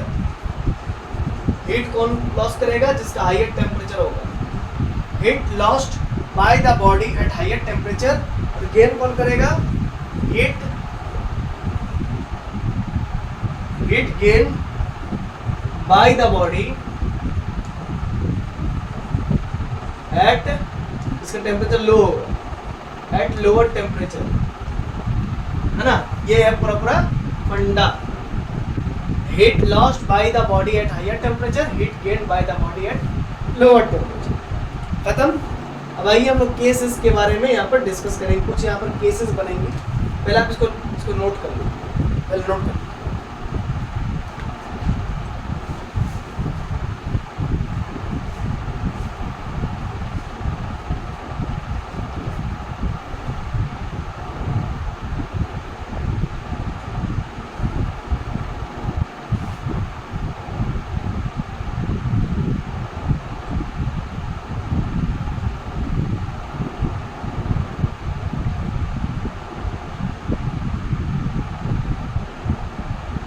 चलिए हो गया होगा स्टूडेंट्स आप लोगों का। आगे बढ़ते हैं। देखिए केस 1 पर हम लोग डिस्कस करते हैं कि केस 1 क्या होगा। Mixing of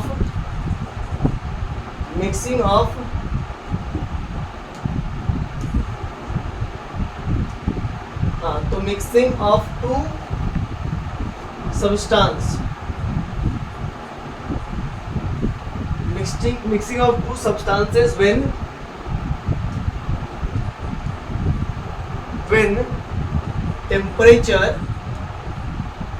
temperature change only।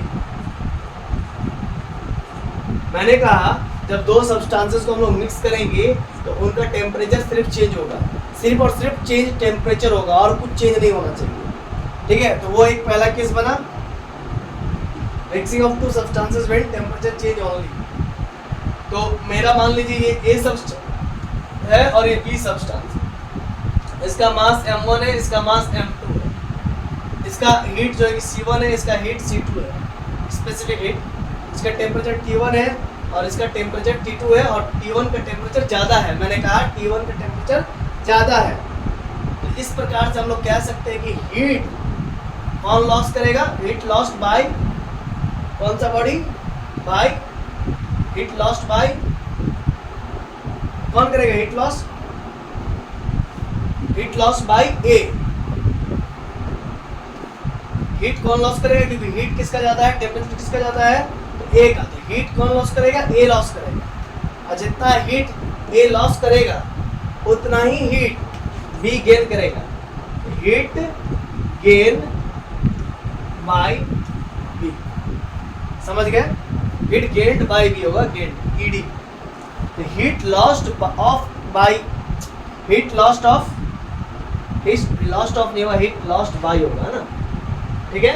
और यहाँ पर क्या होगा, गेन्ड बाय होगा, gained GAINED, gained by. Heat lost by A and heat gained by B, जितना हीट लॉस करेगा ए और उतना ही हीट गेन करेगा बी, सिंपल सी बात। तो ए का टेम्परेचर ज़्यादा है तो वही हीट लॉस करेगा। तो यहीं से हम लोग एक चीज़ कह सकते हैं कि MC डेल्टा टी अभी हमने पढ़ा ना, तो M1 C1 और यहाँ पर क्या होगा डेल्टा टी, और डेल्टा टी की जगह पर क्या है भाई, टेम्परेचर T1 का ज़्यादा है तो T1 बड़ा में से छोटा घटता है, तो T1 माइनस टी मिक्स, इसको मिक्स करेंगे ना, ए और बी को मिक्स करेंगे तो टी मिक्स का क्या होगा, टेम्परेचर लो होगा। तो यानी कि M1 C1 डेल्टा टी, तो जिसका टेम्परेचर ज़्यादा होगा उसमें उसको घटाते हैं, दूसरे को घटाते हैं। तो T1 का टेम्परेचर ज़्यादा है इसीलिए टी मिक्स का जो सॉल्यूशन होगा उसका टेम्परेचर लो होगा, टी मिक्स का कुछ कम होगा, सिंपल सी बात है। नहीं समझ में आया तो यहाँ पर समझिए, ये एक बीकर है, उसमें ए सब्सटेंस है, बी सब्सटेंस है, ए का 100 डिग्री सेल्सियस है भाई, इसका 50 डिग्री सेल्सियस है। ये अपना हीट जो है कि इसको 25 डिग्री सेल्सियस दे देगा। अब पूरा पानी का जो टेम्परेचर होगा इसका भी 75 डिग्री सेल्सियस, इसका भी 75 डिग्री सेल्सियस होगा, समझ रहे हैं ना।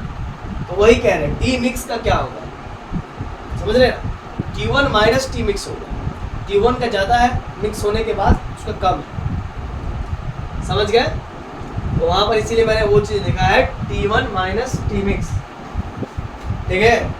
और इस तरफ क्या होगा M2C2, क्योंकि अभी टी मिक्स का कम है ना टेम्परेचर भाई, मिलने से पहले की बात, ए की बात कर रहे हैं। T1 की ज़्यादा है टेम्परेचर, इसलिए T1 माइनस Tmix, Tmix का कम है, ठीक। M2 इंटू C2, और यहाँ पर क्या होगा, अब मिलने के बाद Tmix का टेम्परेचर बढ़ गया होगा, 300 डिग्री सेल्सियस हो चुका होगा, 300 नहीं 150 होगा, क्योंकि उसका 100 इसका 50, 150 डिग्री सेल्सियस हो चुका होगा, इसलिए M2C2 इंटू Tmix, Tmix में T2 घटा देंगे, T2 क्या कम होगा, T2 का टेम्परेचर क्या होगा, कम होगा, T2 इधर है, इसका टेम्परेचर कम होगा, इसलिए माइनस T2 करेंगे, समझ गए। Tmix में हम किसको घटा देंगे, T2 को घटा देंगे, क्योंकि T2 टेम्परेचर कम है, इतना बता रही है।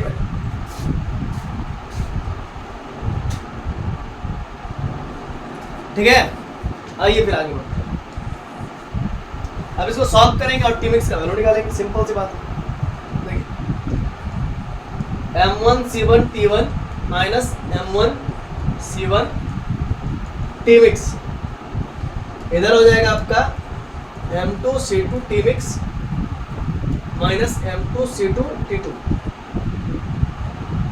अब उस तरफ एक तरफ कर लेते चीजों को, M1C1 T1 plus M2C2 T2 equal to M1 negative है तो इधर आ गया पॉजिटिव में, M1C1 Tmix plus M2C2 Tmix।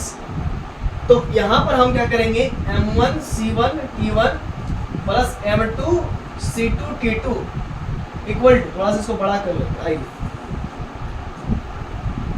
ठीक है। यहाँ पर उसको इरेज करके फिर से लिखिए, M1C1 T1 plus M2C2 T2 equal to Tmix को कॉमन ले लेते हैं, तो बचेगा क्या, M1C1 प्लस M2C2, ठीक है। अब Tmix बराबर क्या होगा, Tmix बराबर होगा, अब Tmix का टेम्परेचर निकालना चाह रहे हैं तो M1C1 T1 plus M2C2 T2 बटा वो चीज़ नीचे आ जाएगा, M1C1 प्लस M2C2। चलिए कितना उतारिए फटाफट।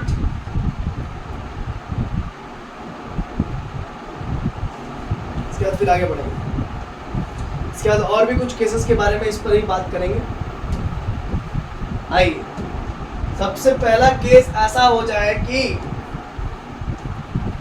M1 और M2 आपस में बराबर हो जाए, दोनों का मास सेम हो जाए, ठीक है। तो उस समय Tmix क्या होगा,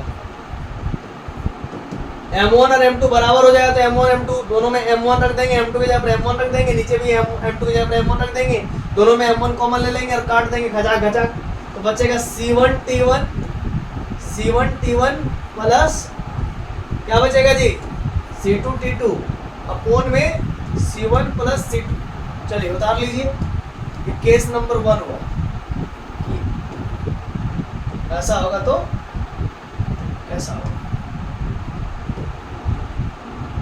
ऐसा होगा तो कैसा होगा,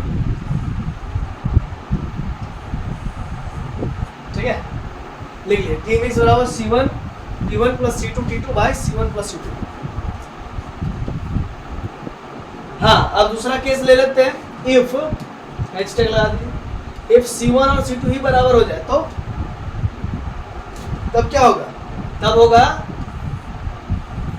Tmix का मान C1 C2 को दोनों कॉमन लेके घचाक काट देंगे, ऊपर में बचेगा M1 T1 और M2 T2 और नीचे में C1 C2 तो खत्म हो जाएगा तो बचेगा M1 प्लस M2। चलिए ये दूसरा हो गया। तब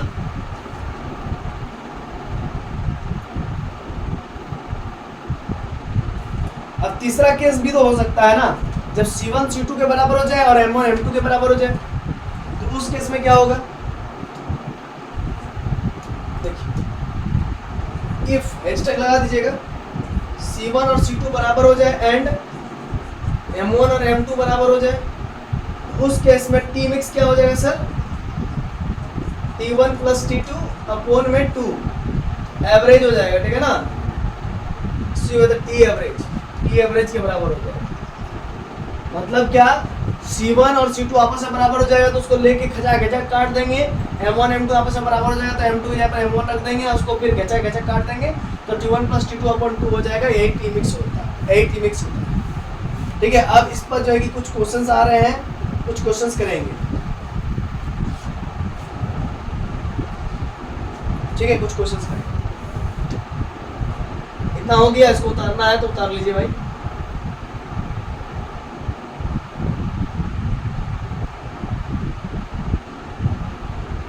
चलिए इसको फोटो ले लीजिए फटाक से, क्या फिर आगे बढ़े।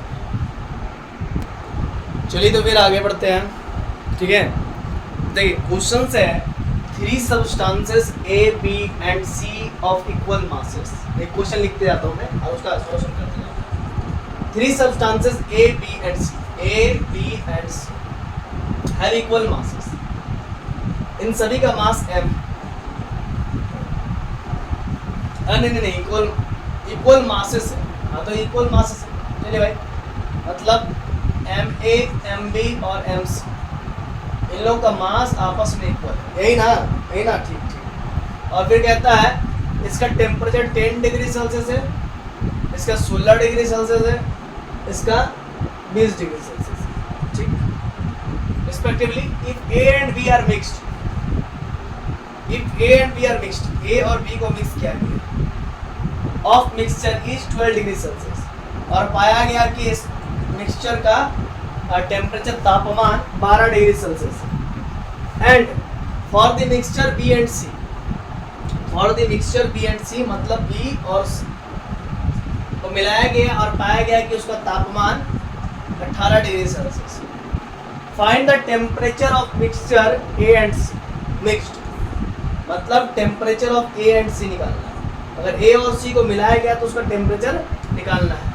तो चलिए इस क्वेश्चन को बनाते हैं, बहुत ही मजा आने वाला है। देखिए सर, टी मिक्स ऑफ हम लोग को AC निकालना है, तो उससे पहले टी मिक्स ऑफ AB जो दिया हुआ उसको लिखेंगे T mix of AB। Sir इससे क्या फायदा होगा? अरे फायदा ना होगा, क्या होगा वो बात की बात है, पहले बनाओ तो सही, सब निकल जाएगा, इसी से निकलेगा। देखो तो CA क्या होगा, CA, क्योंकि मास तो बराबर है तो फॉर्मूला याद है क्या लेते थे, टी मिक्स ऑफ जब M सारा मास बराबर होता था तो लेते थे C1 into T1 plus C2 into T2 upon C1 plus C2, यही लेते थे ना, मास सेम होता था।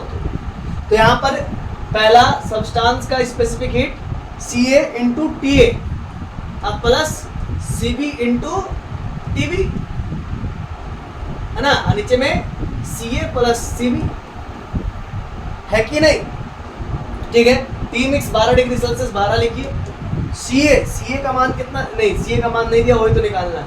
तो TA का मान कितना है, TA का मान, अरे टेम्परेचर कितना है रे बाबा TA का, वो देखो 10 डिग्री सेल्सियस, तो 10 गुने CA प्लस TB का कितना है 16 गुने CB बस CA प्लस CB। ठीक है, बुझ गए। तो इसको सॉल्व कर देते हैं, 12 गुने CA प्लस CB बराबर 10 CA प्लस 16 CB, ये हो जाएगा 12 CA प्लस 12 CB बराबर 10 CA प्लस 16 CB। देखिए 12 CA, उसको इससे माइनस करेंगे तो 12 CA माइनस 10 CA तो होगा 16 CB माइनस 12 CB। समझ गए, ये हो जाएगा। फिर आगे 12 में 10 गया तो 2 CA बराबर 4 CB, तो 2 से 4 कट गिलो, CA बराबर 2 CB बच गई। CA का मान निकल गया, इक्वेशन 1 मान लो। अब टी मिक्स ऑफ आगे बनाएंगे, टी मिक्स ऑफ AB तो हो गया, टी मिक्स ऑफ AB हो गया ना। टी मिक्स ऑफ क्या दिया हुआ BC, तो उससे हम लोग कुछ करेंगे, टी मिक्स ऑफ BC। तो टी मिक्स ऑफ BC, तो BC के लिए क्या होगा, ऊपर में कुछ किए थे CB BB ऐसे कुछ किए थे, हाँ CA TA किए थे ना, तो यहाँ पर भी वैसे कुछ होगा CB TB plus CC TC CB CC। तो टी मिक्स ऑफ पीसी 18 दिया हुआ तो 18 लिख लीजिए। सीबी निकालना है, हटाइए। टीबी कितना दिया हुआ है? टीबी 16 और ये 20, 16 और 20 याद रखिए। 16 plus CC into 20 by CB plus CC. एक बार क्रॉस चेक कर लेते हैं, ठीक। चलिए इसको इधर 18 से CB plus CC, 16 CB 16 CB plus 20 CC, ये 18 CB plus 18 CC equal to 16 CB plus 20 CC. आगे 18 सीबी इधर चल जाएगा तो माइनस 16 सीबी, इधर ये आ जाएगा तो 20 सीसी माइनस 18 सीसी। इधर घटाएंगे, 18 में 6 गया तो 2 सीबी, 20 सीबी में 18 सीसी गया तो 2 सीसी, सीसी 2 जो मर गया तो सीबी बराबर सीसी आ गया। मतलब दोनों का बी और सी सब्सटेंस का स्पेसिफिक हीट सेम है, ठीक है। आइए ये इक्वेशन 2 मान लीजिए और उधर इक्वेशन 1 में सी ए बराबर 2 सी बी आ गया है। इस चीज़ को साइड में लिख लीजिए क्वेश्चन में, फ्रॉम 1 एंड 2। तो भाई 2 नंबर क्या है?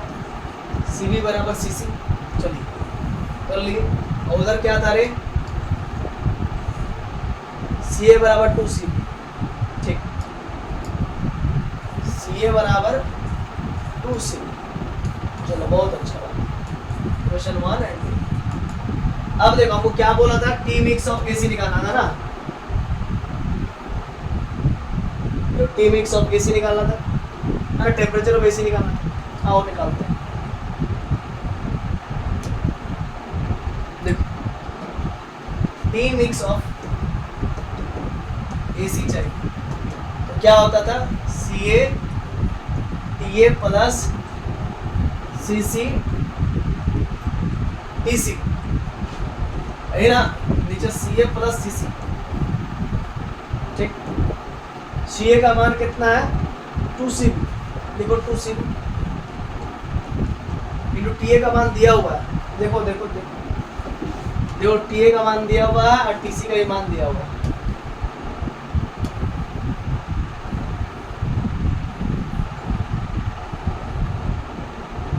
टी ए का मान 10 दिया हुआ है, ए और सी का ही काम है, 10 और 20 याद रखो ना। ये टी ए का मान 10 दिया हुआ है और ये टी सी का मान 20 दिया हुआ है, 10 और 20 याद रखो। चलो 10 और 20, इसका 10 इसका 20 और सीसी का मान क्या हो जाए? इसमें सीसी का मान सीसी बराबर सी दिया हुआ, सीसी बराबर सी लिख लेते हैं। सीसी का मान सी दिया हुआ, ठीक। नीचे में सी ए की जगह पर क्या हो जाएगा? 2 सी बी, सी सी की जगह पर सी बी। चलो भाई T mix of A C, C B common ले लो, दूध है 20 प्लस 20, नीचे में 2 C B plus 1 C B, 3 C B, C B cancel, 40/3, 40/3 आया ना जी, कितना है? इसको काट कूट कीजिएगा तो कितना आएगा?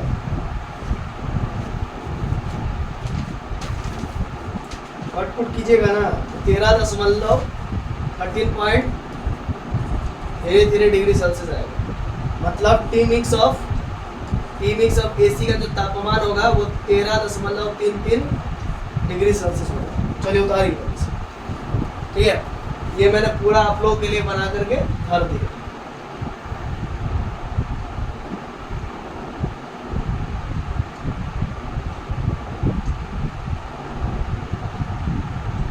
चलिए ठीक है, उतारिए जल्दी से, इसके बाद आगे बढ़ेंगे।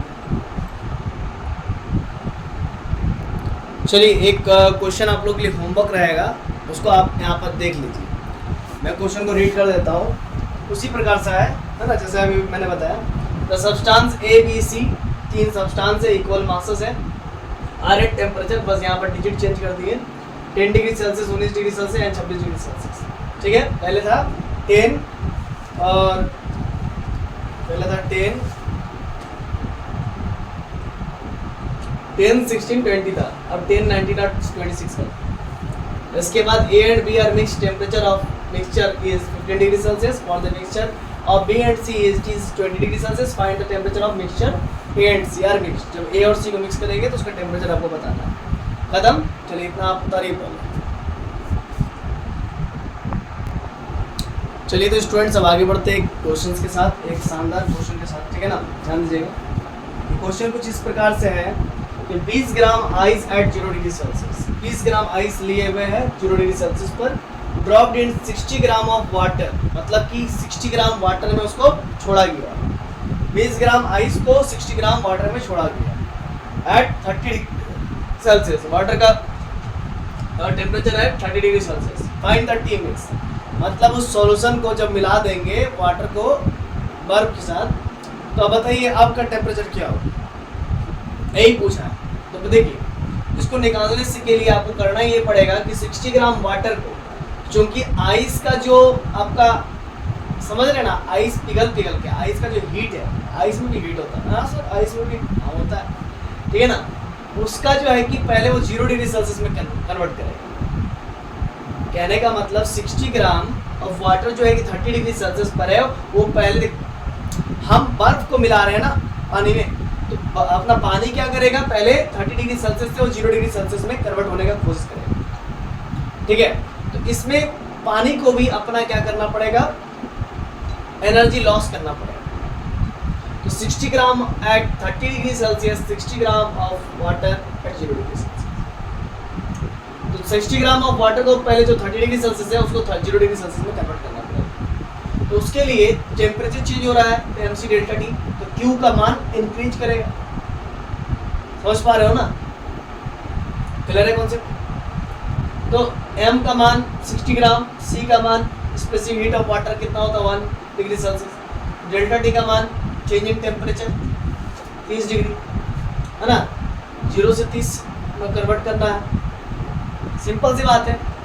अरे भाई मेरे, और जो भी पानी रहेगा 0 डिग्री सेल्सियस में उसको 30 डिग्री में कन्वर्ट करना पड़ेगा, अगर मान के चलिए, ठीक है।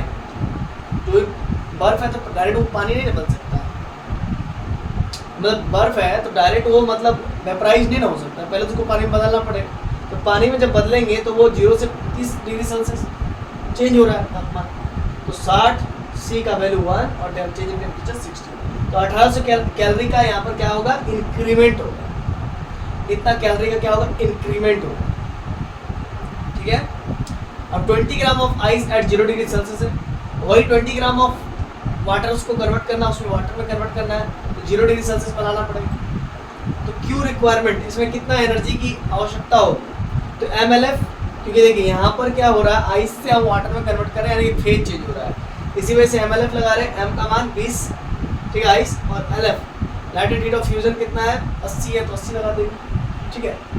लैटेंट हीट ऑफ फ्यूजन कितना, 80 कैलोरी है, 80 लगा देंगे, क्योंकि जब भी सॉलिड से लिक्विड में कन्वर्ट होता है तो 80 लगाते हैं, ठीक है। तो 1600 कैलोरी की इसमें रिक्रूटमेंट है, और दे कितना रहा है, इंक्रीमेंट कितना हो रहा है, 1800 कैलोरी का, तो कुल मिलाकर के 200 कैलोरी तो बच ही जाएगा। तो यानी कि यहाँ पर आप कह सकते हैं कि जितना इंक्रीज हो रहा है रिक्वायरमेंट कम है, रिक्वायरमेंट कितना 1600 का है और इंक्रीमेंट हो रहा है 1800 का, इसका मतलब आइस पूरा पिघल जाएगा, है ना। जितना ज़रूरत था 1600 कैलोरी चाहिए था पानी बनने के लिए, लेकिन आइस को पानी में बदलने के लिए 1600 कैलोरी चाहिए था, लेकिन उससे अधिक मिल रहा है, पानी से अधिक मिल जा रहा है, 1800 कैलोरी मिल जा रहा है, 200 कैलोरी ज़्यादा ही मिल जा रहा है, यानी कि आइस जो है कम्प्लीटली मेल्ट हो जाएगी। तो Q equal to MC delta T है, तो Q का मान 200 हो जाएगा, 200 कैलोरी बच गया, और M का मान पानी का 60 था और बर्फ 20 था, मिलकर के 80 ग्राम, और C जो है कि यहाँ पर क्या हो जा रहा है, C 1 हो जाएगा, स्पेसिफिक हीट ऑफ वाटर 1, और चेंज इन टेम्परेचर निकाल लीजिए 20/8 यानी कि 2.5 डिग्री सेल्सियस, टी मिक्स का निकल गया। ये हो गया आंसर। चलिए इसको आप पहले नोट कर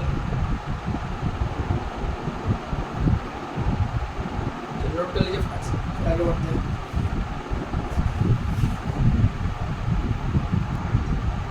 तो स्टूडेंट्स आइए आगे नेक्स्ट क्वेश्चंस की ओर हम लोग मूव करते हैं। देखिए ये क्वेश्चन कुछ इस प्रकार से है कि 50 ग्राम of ice eight 0 degree Celsius, 50 ग्राम मेरे पास आइस है और उसका तापमान है 0 degree Celsius, is dropped in 80 gram of water, और इस 50 ग्राम आइस को डाला गया है 80 ग्राम ऑफ वाटर, और वाटर का टेम्परेचर है 40 डिग्री सेल्सियस। तो कुल मिलाकर के सॉल्यूशन का हमको क्या निकालना है, टी मिक्स निकालना है। तो देखिए टेम्परेचर पूरा मिल जाने के बाद टेम्परेचर क्या होगा ये बताना है। तो 80 ग्राम वाटर है एट 40 डिग्री सेल्सियस, सबसे पहले इसको हम लोग बदलेंगे 0 डिग्री सेल्सियस में, तो इसका क्यू जो है कि इंक्रीज करेगा, तो एम सी डेल्टा टी यानी कि टेम्परेचर चेंज हो रहा है। तो 80 पानी है 80 ग्राम, तो 80 इंटू सी का वैल्यू मास दे दिए, सी स्पेसिफिक हीट ऑफ वाटर 1 होता है, change in temperature 40 degree Celsius, तो यानी कि 3200 कैलोरी ये इंक्रीज करेगा। 50 ग्राम आइस है 0 डिग्री सेल्सियस, इसको पानी में पहले बदलेंगे, तो पानी में डायरेक्ट बदलेगा नहीं, ये पानी तो आपका 40 डिग्री सेल्सियस में भी मिलता है, 50 डिग्री सेल्सियस में भी मिलता है, 60 डिग्री सेल्सियस में भी मिलता है, लेकिन सबसे पहले इसको हम लोग 0 डिग्री सेल्सियस में कन्वर्ट करेंगे आइस से, है ना। 50 ग्राम आइस है एट 0 डिग्री सेल्सियस पर, उसी 50 ग्राम आइस को वाटर में कन्वर्ट करेंगे 0 डिग्री सेल्सियस में। तो क्यू रिक्वायरमेंट मतलब कितना एनर्जी का रिक्रूटमेंट होगा, तो MLF मास कितना भाई 50, और लैटेंट हीट ऑफ फ्यूजन कितना होता है 80 होता है ना, क्योंकि सॉलिड से लिक्विड में कन्वर्ट हो रहा है, तो ये लैटेंट हीट ऑफ फ्यूजन 80 होता है। तो 4000 कैलोरी का यहाँ पर हमको रिक्रूटमेंट होगा, जबकि दे रहा है 3200, यानी कि 800 की कमी है, यानी कि पूरा बर्फ जो है कि पानी में नहीं बदलेगा, सिंपल सी बात है। तो therefore Q increased is less than Q recruitment. This implied that ice will not melt completely. तो Q बराबर M dash LF हो जाएगा, अरे वही है MLF, तो M dash क्यों की, क्योंकि हम यहाँ पर ये इंडिकेट करना चाहते हैं कि पूरा बर्फ नहीं पिघलेगा। तो 3200 कैलोरी हमको दे रहा है, 3200 कैलोरी में जितना पिघल जाए, तो लेटेंट हीट ऑफ फ्यूजन कितना होता है 80 होता है। कैलकुलेट करिए 0 0 बढ़ जाएगा 8 चौक 32, यानी कि 40 ग्राम, 50 ग्राम बर्फ था 40 ग्राम पिघल गया है, यानी कि अमाउंट ऑफ आइस मेल्टेड अब 10 ग्राम बचा हुआ है। तो क्वांटिटी ऑफ मिक्सचर कितना होगा, 80 ग्राम पानी था ऑलरेडी, 40 ग्राम पिघल गया, तो 120 ग्राम वाटर हो गया, और 10 ग्राम अब भी नॉट मेल्टेड आइस है उसी पानी में, ठीक है। क्लियर है कॉन्सेप्ट, चलिए जी बता कर लीजिए, फिर आगे बढ़ते हैं। चलिए तो स्टूडेंट्स आगे बढ़ते हैं नेक्स्ट क्वेश्चन की ओर। ये क्वेश्चन कुछ इस प्रकार से है कि 30 ग्राम आइस है, 30 gram ice eight -4 degree Celsius, -4 degree Celsius पर है, और उसको ड्रॉप किया गया 50 ग्राम ऑफ वाटर में एट 40 डिग्री सेल्सियस, और पानी का तापमान 40 degree Celsius. Find the temperature of mixture, तो ये दोनों मिल जाएंगे तो इसका टेम्परेचर पता करना है। Amount of water in the mixture, और पता ये भी करना है कि उस मिक्सचर में पानी की संख्या नहीं होती है, पानी की मात्रा कितनी होगी, पानी की मात्रा कितनी होगी ये पता करना है। तो 50 ग्राम वाटर है एट 40 डिग्री सेल्सियस पे, तो सबसे पहले इसको 0 डिग्री सेल्सियस में कन्वर्ट करना पड़ेगा। तो 50 gram water at 0 degree Celsius, तो यहाँ पर टेम्परेचर चेंज हो रहा है, तो इसीलिए MC डेल्टा टी लगेगा, M का वैल्यू 50, और स्पेसिफिक हीट ऑफ वाटर कितना होता है 1, और चेंज इन टेम्परेचर कितना है 40 डिग्री लिख लिए। तो ये आपको हो जाए 2000 कैलोरी, इतना ये टेम्परेचर इंक्रीज होगा। अब 30 ग्राम आइस है एट -4 डिग्री सेल्सियस पर, अच्छे समझिएगा, क्वेश्चन में दिया हुआ है, एक मिनट,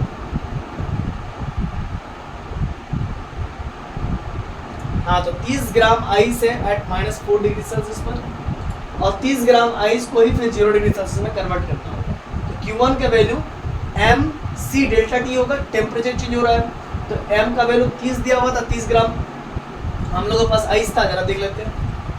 हाँ 30 ग्राम आइस है, 30 ग्राम आइस है, और आपको मालूम है 0.5 होता है स्पेसिफिक हीट ऑफ टेम्परेचर जब आइस जब आपका आइस का लेते हैं तब, ठीक है ना, C, तो 1/2 हो जाएगा आइस के लिए, और 4 डिग्री सेल्सियस 4 रख दिए, तो कैलकुलेट कीजिएगा तो 2 to the 4, तो ये 60 हो जाए, 60 कैलोरी हो जाएगा। फिर 30 gram ice eight 0 degree Celsius पर है, और इसी 30 ग्राम आइस जो 0 डिग्री सेल्सियस है उसको कन्वर्ट करना है 30 ग्राम वाटर में 0 डिग्री सेल्सियस में, Q2 का value MLF latent heat of fusion, तो M का वैल्यू 30 और LF latent heat of fusion इस 80 होता है, आपको मालूम होना चाहिए।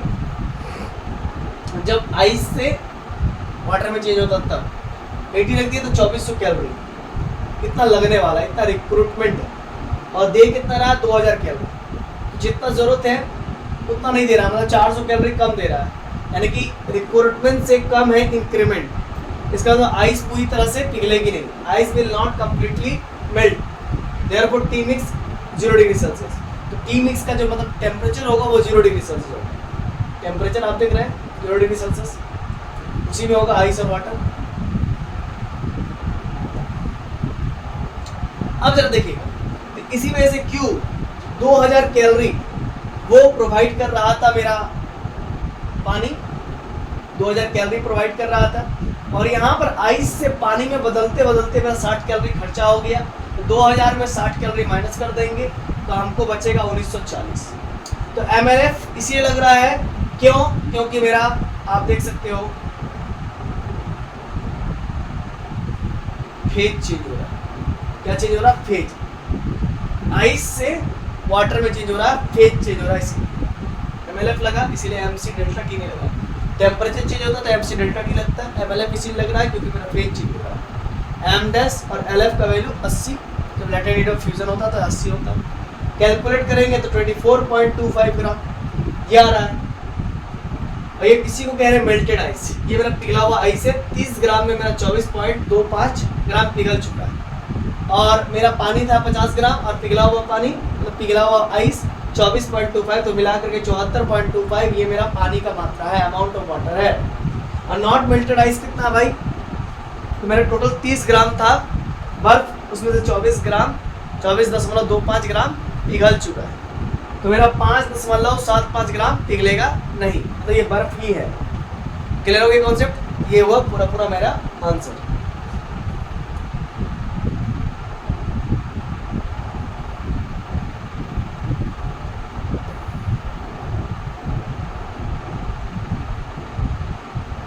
चलिए इसको आप उतार लीजिए, बाद में जूम करते करते जूम कर लीजिएगा, जल्दी से उतारिए। फोटो क्लिक कर सकते हैं इसको।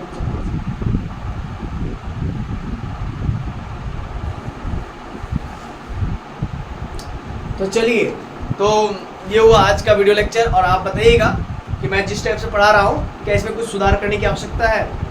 ठीक है, अपने कमेंट सेक्शन में आप लिखिए, और कुछ भी डाउट है तो कमेंट सेक्शन में कमेंट कर सकते हैं। और साथ साथ मैं आपको यही बताना चाहूँगा कि नए हैं तो चैनल को लाइक, सब्सक्राइब और बेल आइकन को प्रेस कर दीजिए, ताकि आने वाले समय में आपको नोटिफिकेशन मिलते रहे।